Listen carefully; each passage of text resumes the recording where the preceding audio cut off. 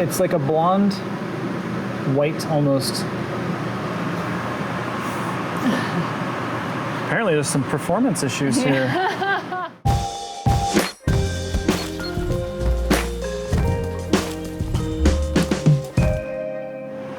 Let's see, we've got two options that they're ready. So something to know about the helium for a flower is that it really is only receptive for about a day. I think the great thing is that there are so many of them in here, and this time of year it seems like they're flowering all the time. So like this one is far past, well past its ability to actually produce seed.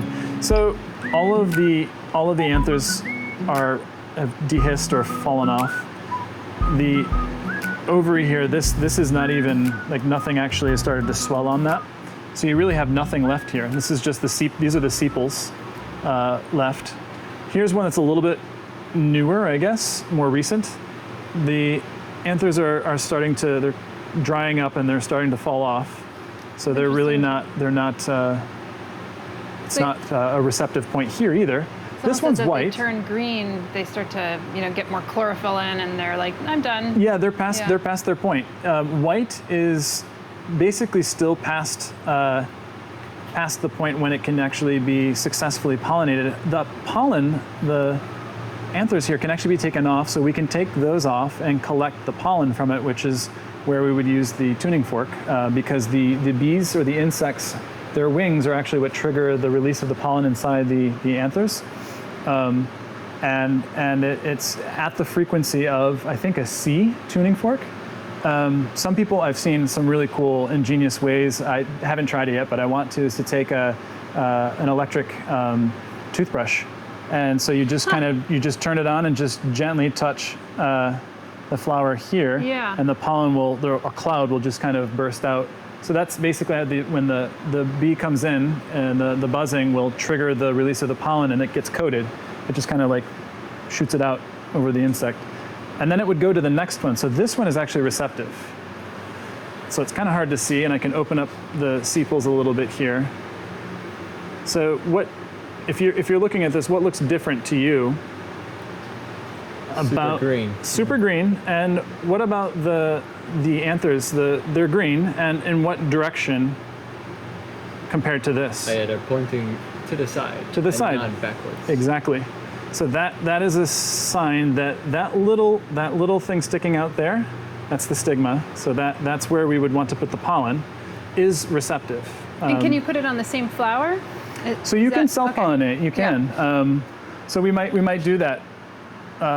We have options actually. So we can take pollen from a different species or a different hybrid, and there's a whole bunch over there.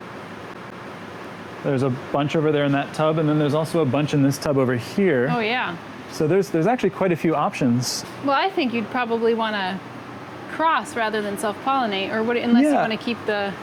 How would you determine? So species, I would do both, but we can't do that. Yeah, I know. There's these are. When you pull out begonias, because they're weedy. Very weedy. Yes. Yeah.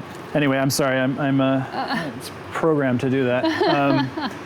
I think I do. I think a hybrid. So we'll pick.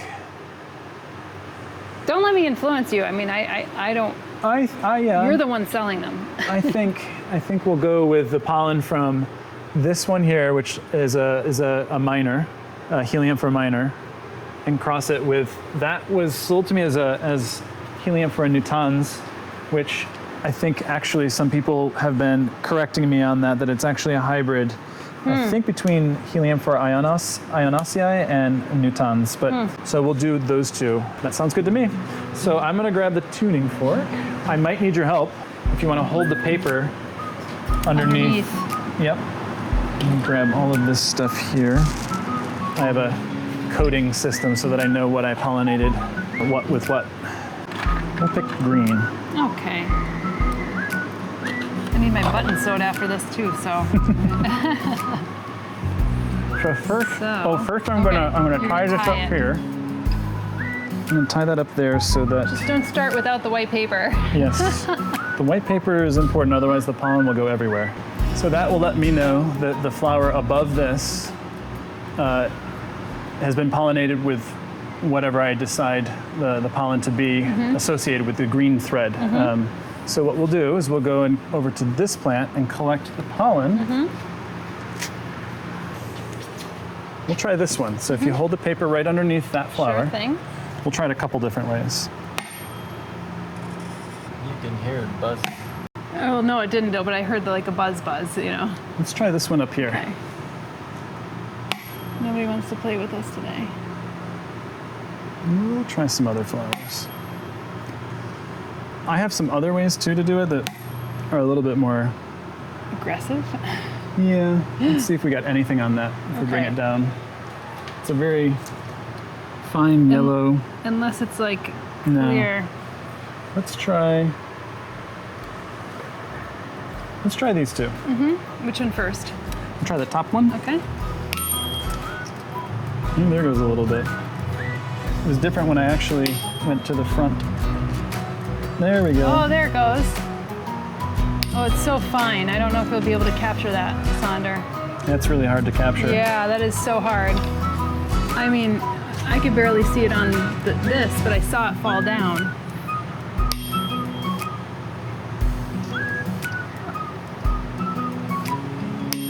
There's a lot of these flowers. There we go. Oh, there. Oh, but it kind of blew out that Blew way. out. Yeah. We can also try, let me see if anything was, It's so hard to see, but I definitely saw some fall. You have to have really good eyes. try that one too. Oh, There it we came out go. this way though. Yeah. I think I inhaled it. Pollinated my nose. Oh, I kind of want to like. You can also just Want me to hold that? Oh, okay. take a that's flower what you mean. right off. Yeah. Maybe if we find a flat surface.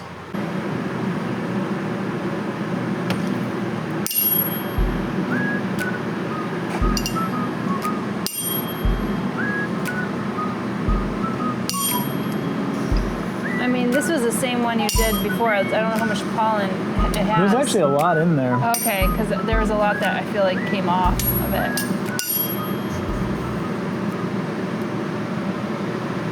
It's like a blonde, white almost.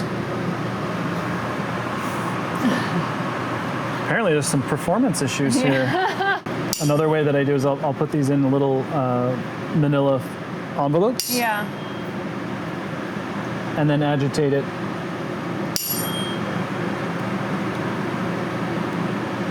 Let's try a completely different flower. Yeah. Somebody else. Let's see who wants to perform today. This one looks like it could. Here. Oh, there comes some, but I don't know where it goes afterwards. Nope. It's the other problem with the tuning fork is that it deadens once. Oh, There. it I don't know if goes. you got that. Yeah, I don't know. It's so fine. Oh, there's a lot, but I don't know where it goes. I don't know if it goes on the paper or not. It's so challenging because it's so fine. It's like a mist, and you're trying to capture it. Oh, and it's going in all different directions. I think we've got some on there. Yeah, I think so too. So if you stay right there, I'll go grab, or I have it in my pocket, but I'll come around to you and try to get the paintbrush. It's so hard to see. Are my eyes just that bad? It's really, really white. So a white paper may not be the best. I definitely know it's. I know I saw some go over here. This is like the emperor has no clothes. Serious, it's there. Another thing that I sometimes do is, again, we'll take the the Flower older off. one off.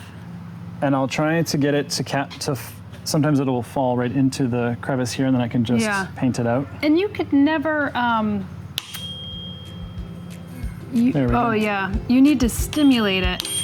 Yes, You can't just like rub it onto the female part Correct. at all. Okay. there's a lot of pollen on this one. Yeah. Oh yeah.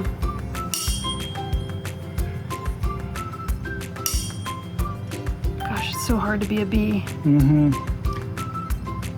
And so now you can see Oh the yeah, look pollen at all in that there. pollen. It's so much easier to see. So then we'll go over and pollinate the stigma. Will we be able to to pollinate this plant. Yeah, in a 15 minutes later. In a few months, I can Tries. send you guys a picture or video of the A little baby seed. picture. Yeah, It's a boy. It's a girl. It's a boy girl. I mean, that's literally it. But it took some time. Usually doesn't quite take that long, Yeah. but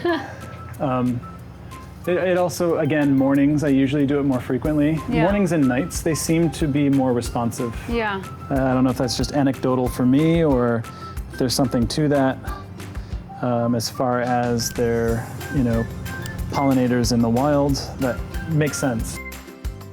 If you're looking to up your plant game, then check out our suite of courses and offerings, including Houseplant Basics, Troubleshoot Your Houseplants, the 125 Houseplant Care Spreadsheet, and the Houseplant Masterclass. The courses provide you a certificate of completion when you're finished and a wealth of information that you could use to impress both your plants and your friends. More information can be found over at homesteadbrooklyn.com. And if you're seeking more information about gardening outdoors and homesteading in the country, then check out our new channel over at Flock Finger Lakes. See you there.